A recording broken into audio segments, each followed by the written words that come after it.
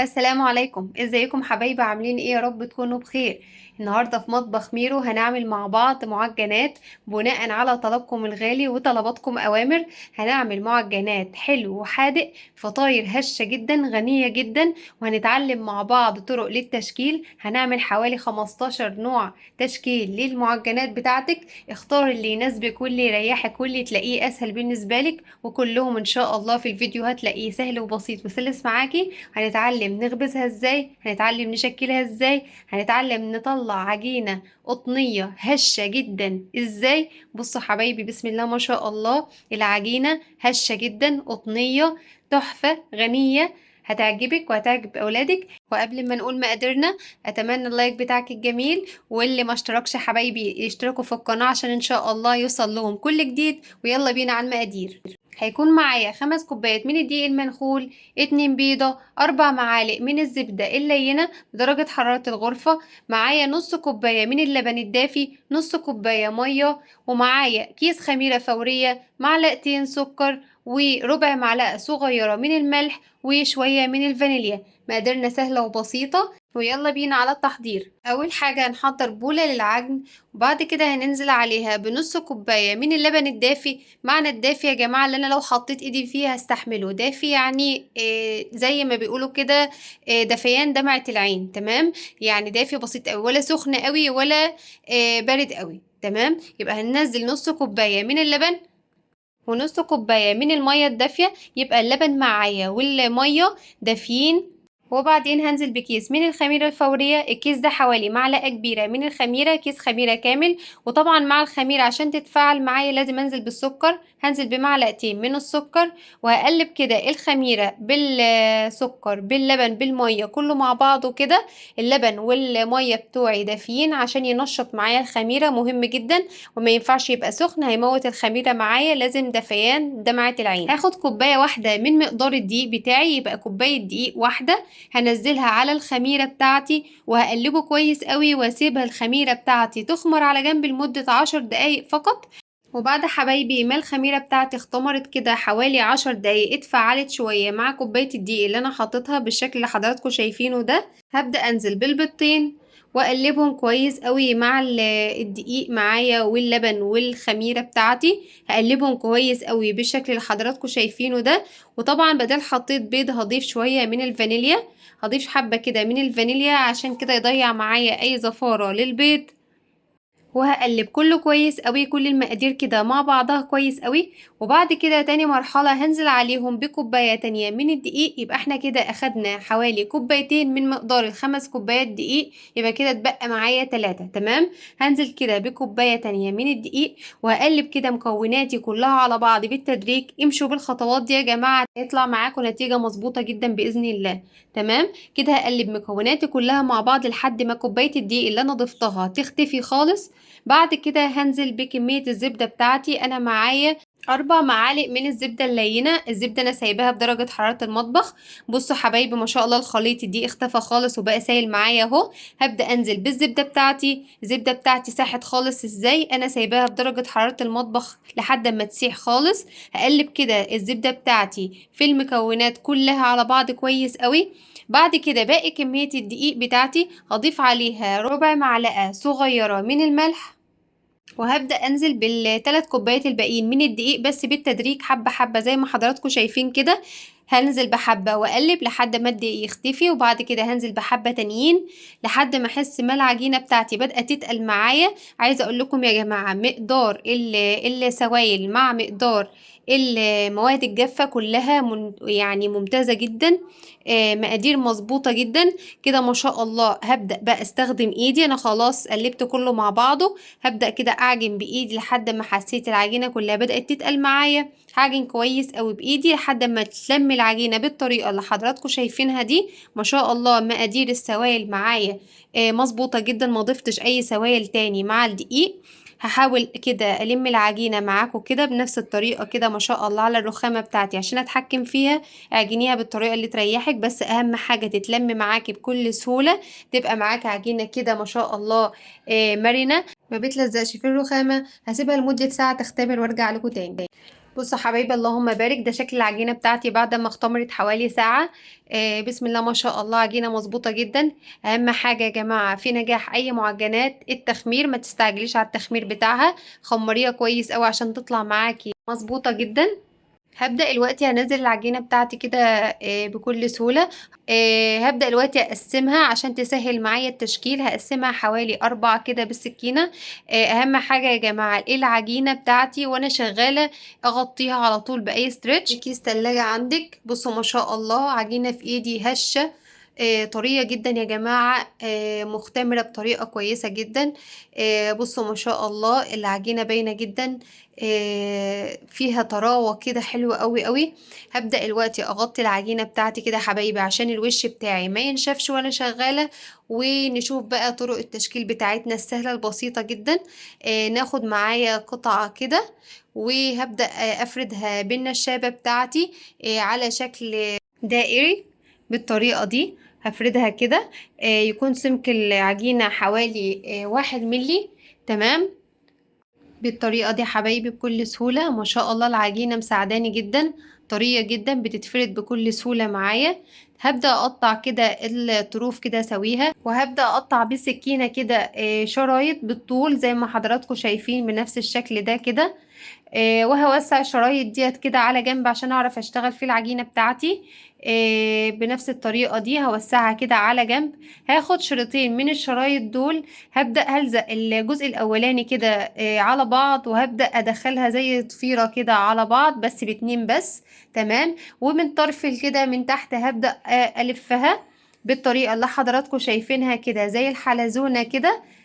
واخر طرف معايا هنزله من تحت خالص عشان العجينة بتاعتي ما تفكش بعد التخمير او الخبز. وده كده معايا اول شكل. نيجي بقى لتاني شكل معايا. هحضر 3 شرايط مش 2 بقى، انا هعمل 3 شرايط. هحاول كده اخليهم التلاتة قد بعض، وهلزق كده الجزء العلوي بتاعهم كلهم على بعض كده بنفس الطريقة دي. وهعمل ضفيرة يعني من بره لجوه كده، الشريطة اللي من بره على جوه كده بنفس الطريقة اللي حضراتكم شايفينها بكل سهولة، طريقة سهلة جدا كأني بعمل ضفيرة. تمام. اللي عنده بنوتة في البيت تقدر تعمل الضفاير دي بكل سهولة جدا وهتفرح بيها قوي قوي. تمام. اخر طرف كده هضغط بيه كده من تحت، وهلفها مع بعض كده لفة المنجقونة او لفة البريوش بنفس الطريقة دي متضفرة، وده هيبقى تاني شكل معايا. نيجي بقى لتالت شكل معايا. هبدأ هلف رول كده 3 شرايط مع بعض، هلفهم رول عشان هعملهم ضفيرة زي الأولانية، بس أنا مش هلفها، هسيبها زي ما هي كده متضفرة. وكده تالت شكل. ونبدأ في الشكل الرابع، ناخد كده قطعة من العجينة معايا، برضو هفردها بالنشابة بتاعتي.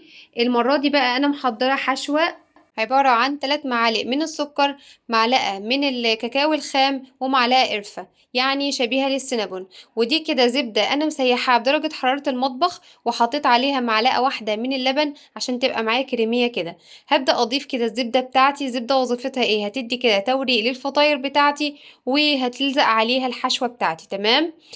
هبدأ أسيب كده الطروف اللي بره كده ما فيهاش زبدة، وهنزل على الزبدة بتاعتي السكر عشان يلزق كده في الزبدة بتاعتي، شبيهة لحشوة السينابون بالظبط. تمام. هلفها رول بالطريقة دي كده بالراحة خالص كده بكل سهولة جدا. تمام. وعشان كده قلت لكم ما تضيفوش زبدة في الطروف عشان نلفها، ولا في زبدة وقعت مننا بنشيلها على طول عشان يسهل معايا التشكيل ما يبهدلش الدنيا. هبدأ كده اقفل من الطروف كده واضغط عليها ضغطة خفيفة جدا، وهطبقها فوق بعض بالشكل ده كده بكل سهولة. هطبقها كده بالشكل ده اهو، جزء كده فوق بعض كده، طبقهم فوق بعض. تمام. الجزء اللي على الطرف ده كده هقفله مع بعض بنفس الطريقة، والجزء التاني هقسمه بالسكينة كده زي ما حضراتكم شايفين، بس ما اقسمش للاخر يعني، بسيب جزء كده اللي قدام زي ما هو، وهنزل لتحت بالسكينة كده بنفس الشكل ده. تمام. اتمنى يكون الفيديو موضح بكل سهولة طريقة التشكيل. بصوا حبايبي ما شاء الله اول ما قلبتها كده اداني شكل القلب. تمام. ده كده تشكيل القلب بتاعي بكل سهولة جدا، وشكله في منتهى الجمال. وده رابع شكل عملناه مع بعض. يلا نخش على خامس شكل. هنعمل نفس شكلة القلب برضو بس من غير حشوة السينابون، لان حبايبي اللي ما بيحبوش القرفة هنعملها بالزبدة بس. هنفرد برضو العجينة بنفس الطريقة كده، مربع او دايرة كده بنفس الطريقة. هدهن زبدة في النص كده واسيب حوالي 1 سنتي من الاطراف كلها مدهنش فيها زبدة.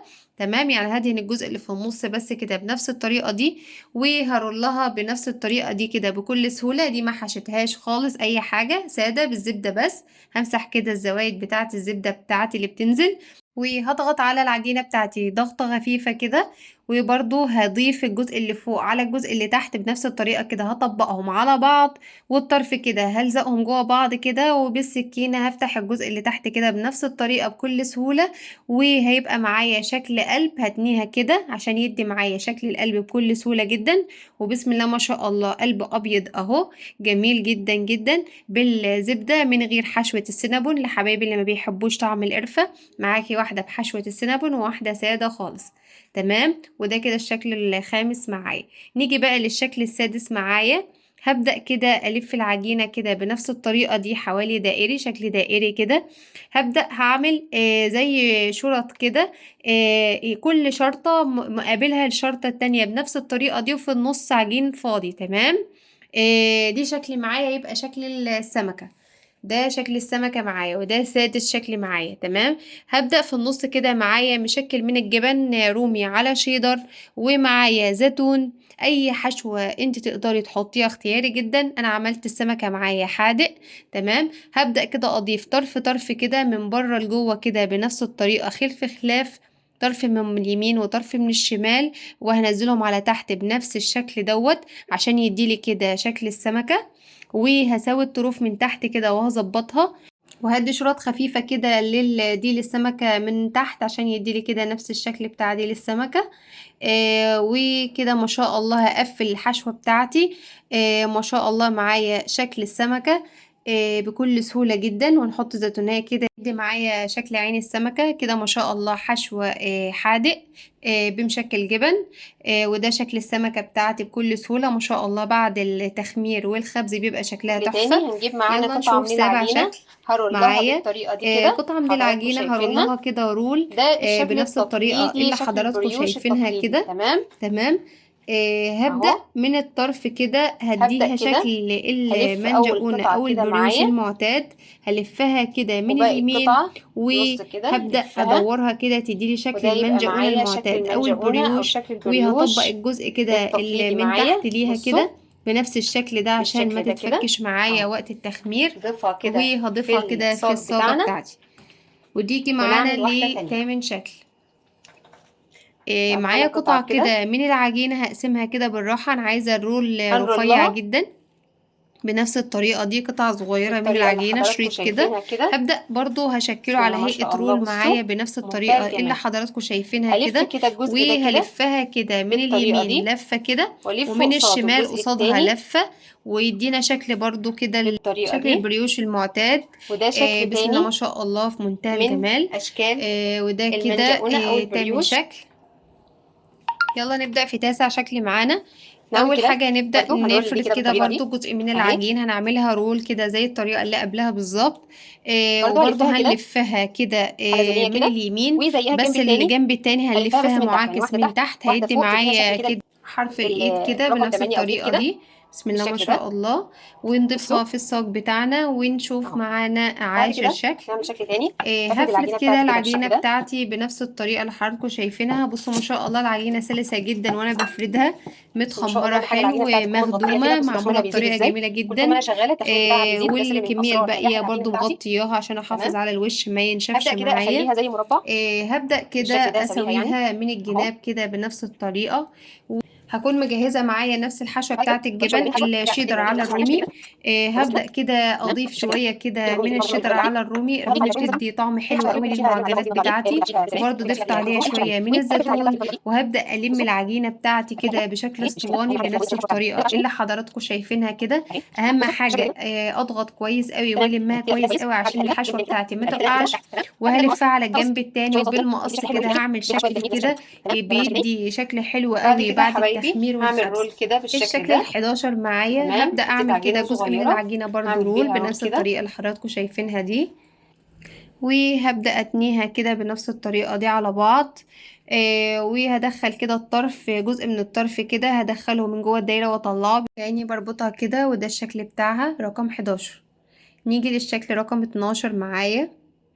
هبدأ افرد العجينة بنفس الطريقة كده، وهقلب كده طبق وهقطعه يدي شكل دائري. لو عندك قطاعة شكل دائري مفيش مشكلة، واي حاجة عندك كده تديك الشكل كده من نص دايرة صغيرة جدا. هبدأ بالسكينة هعمل كده شرط بنفس الطريقة دي، وتحت شرطتين، يعني فوق شرطة وتحت شرطتين. وبعد كده هقسم كل واحدة 3، 1 2، يبقى معايا 3 قطع. تمام. الشرطة اللي تحت دي هتبقى الشريطة بتاعة الفيونكة دي. طريقة الفيونكة يا جماعة، هاخد كده الجزئين اللي تحت بعض كده وهضيفهم على بعض، يعني اللي في النص دي هرفعها، وهاخد اللي تحت بعض كده بنفس الطريقة دي. بصوا منظرها عامل ازاي. والشريطة دي هلفها، اهم حاجة هلفها لتحت قوي عشان تديني شكل الفيونكة اللي حضراتكم شايفينه ده. ما تفكش معايا وقت التخمير او وقت الخبز. ما شاء الله شكلها في منتهى الجمال. نيجي للتشكيل رقم 13. هعملها معاكم تاني الفيونكة. بصوا ما شاء الله شكل دائري، واي بلية عندك او اي حاجة تدي شكل دائري صغير. هعمل لها شرطتين من تحت وشرطة من فوق بنفس الطريقة اللي حضراتكم شايفينها كده، وبعد كده شرطتين من الجناب ياخد معايا 3 قطع كده بنفس الطريقة. الجزء اللي فوق كده هضيفه فوق بعضه كده بنفس الطريقة، اسيب اللي في النص واخد الطرفين فوق بعض بنفس الشكل ده. والشريطة ديت هلفها، اهم حاجة هلفها لتحت كويس قوي. واضغط عليها كده عشان ما تفكش معايا، وهيبقى معايا شكل فيونكة في منتهى الشياكة. تمام. يلا نخش كده على الشكل رقم 13. هفرد العجينة بتاعتي كده وبطبق برضو بنفس الطريقة جدا، بس المرة دي مش هعمل فيونكة، هعمل وردة. كل جزء كده هعمله 4، يبقى معايا 8 قطع، وهضغط عليهم بإيدي وهيبقى معايا شكل وردة تحفة جدا. نيجي لشكل رقم 14. هفرد العجينة كده وهعملها زي كرواسون، مثلثات. دلوقتي هحشيها شوكولاتة مطبخ معايا، وهلفها رول بنفس الطريقة كده، وأقفل من الجناب، هيبقى معايا شكل كرواسون المعتاد. ده شكل رقم 14. يلا نشوف الشكل اللي بعده. هفرد العجينة بتاعتي بالشكل ده، وهبدأ أعمل فيها شرط كده، بس مش هفتحها للآخر بنفس الطريقة دي. والشكل الفاضي اللي عندي اللي فيه عجينة هضيف فيه الحشوة بتاعتي وأقفل عليها وهرولها وهفردها، ويبقى معايا كده الشكل. يلا نشوف آخر شكل معايا. هفرد العجينة بتاعتي كده بشكل مستطيل بنفس الطريقة اللي حضراتكم شايفينها دي، وبالسكينة بتاعتي هبدأ اقطع كده 4 اتجاهات بالطريقة اللي حضراتكم شايفينها دي، والجزء اللي في النص دوت فاضي مش بقطع للاخر. تمام. هاخد جزئين هقطعهم بالسكينة، جزئين قصاد بعض. تمام. والاتنين اللي قصاد بعض التانيين مش متقطعين زي ما حضراتكم شايفين كده. الجزء السليم هضيف عليه معلقة من الحشوة بتاعتي، ميكس الجبن. والجزء التاني اللي قصاده هقفل عليه كده عشان الحشوة بتاعتي ما تطلعش بره. هقفل عليه كده كويس قوي كده. والشرط اللي على الطرف ديت هنزل عليها عاشق ومعشوق، يعني من اليمين واحدة ومن الشمال واحدة بنفس الشكل ده كده، عشان يدينا شكل كده جميل جدا ومميز. اهو حبايبي، من اليمين واحدة ومن الشمال واحدة، وفي نفس الوقت الايد التانية بتقفل اهو عشان الحشوة ما تطلعش بره. وده معانا اخر شكل كده عشان الوش بتاعنا كده ياخد لون جميل جدا. هبدأ اضيف حوالي ربع كوباية من اللبن، ومعايا معلقة كبيرة من النسكافيه، واقلب كله مع بعضه كده. ده هيديلي لون حلو قوي للفطاير بتاعتي. بصوا ما شاء الله شكل الفطاير بتاعتي بعد ما اختمرت وبقت زي الفل. انا مولعه النار على درجة حرارة عالية جدا وانا شغالة في التشكيل، يعني قعدت حوالي معايا ربع ساعة. فرن ساخن جدا. هبدأ اضيف الفطاير بتاعتي. هتاخد قد ايه؟ هنحطها على درجة حرارة 180 في الرف الاوسط. هتاخد من 8 دقايق ل 12 دقيقة يا جماعة، على حسب الفرن بتاعك. ما تزودوش على 12 دقيقة. اول ما تلاقيه اخدت لون من تحت هترفع عليها الشواية او هتفتح عليها الشواية دقيقتين، وهتبقى معايا جاهزة، وهتبقى هشة وقطنية في منتهى الجمال. تمام. هبدأ اضيف كده اللبن بالنسكافيه بتاعي على وش الفطاير بكل سهولة كده، بس اهم حاجة وانت بتضيفي بشويش خالص بالراحة عشان ما تضيعيش التخمير الجميل دوت. هضيفها كده بالراحة. ممكن اضيف فوق الوش شوية سكر للفطاير اللي هي السادة، والفطاير اللي هي الحادقة هضيف عليها شوية من حبة البركة. تمام. برضو الحلو برضو ممكن اضيف عليه شوية من السكر، وهدخلها الفرن زي ما قلت لكم درجة حرارة 180 لمدة من 8 ل 12 دقيقة بالظبط. وده حبايبي ما شاء الله اللهم بارك شكل الفطاير بتاعتي وهي طالعه من الفرن. انا عايزاها تطلع من الفرن سخنه، اكون محضره معلقه من عسل النحل ومدوباهم بنص معلقه صغيره من الميه، هديها لمعه حلوه كده زي لمعه الفران، الفطاير اللي بتجيبيها من الفران من بره، ده سر اللمعه معايا. اهم حاجه تكون طالعه سخنه، وهنزل عليها بسائل التلميع بتاعي. وده حبايب اللهم بارك شكل الفطاير بتاعتنا. بصوا بسم الله ما شاء الله، حبة فطاير عسل بعجينة غنية جدا قطنية هشة، طعمها في منتهى الجمال. عملناها بحوالي 15 شكل كده عشان تختاري وتشوفي اللي يناسبك واللي يريحك بطريقة سهلة جدا. بصوا حبايب الفطاير بتاعتي هشة هشة جدا جدا، قطنية في ايدي بسم الله ما شاء الله، ريحتها في منتهى الجمال. عجينة غنية فيها بيض فيها لبن، عجينة غنية جدا مغذية لأولادك. بسم الله ما شاء الله عملنا منها الحلو وده الحادق. بصوا شكل السمكة جميلة ازاي. ما شاء الله العجينة هشة في ايدي ازاي، طرية جدا جدا. هتعجبك بحشوات مختلفة، جربي اللي يناسبك واللي يريحك. بأشكال جميلة هي كلها، الطرق كلها جميلة وسهلة. بصوا ما شاء الله الحادق معانا عمل ازاي. شفتوا العجينة بتاعتي يا جماعة، شفتوا الطراوة بتاعتها هشة قطنية جدا، هتعجبك. عجينة واحدة طلعنا منها 15 شكل تحفة حلو وحادق. عجينة غنية نفسها، هتعجبك وهتعجب أولادك. تحفة جدا، جربوها إن شاء الله هتعجبكم. واللي عجب وصفتنا النهاردة الجميلة ديت أتمنى تدعموني باللايك والكومنت الجميل بتاعكم ودعوة طيبة منكم كده. وإن شاء الله حبايبي اللي ما اشتركش يعمل اشتراك ويفعل الجرس عشان إن شاء الله يوصل لكم كل جديد أول بأول. والفترة الجاية هنعمل وصفات أحلى وأحلى. دمتم في أمان الله، والسلام عليكم ورحمة الله وبركاته.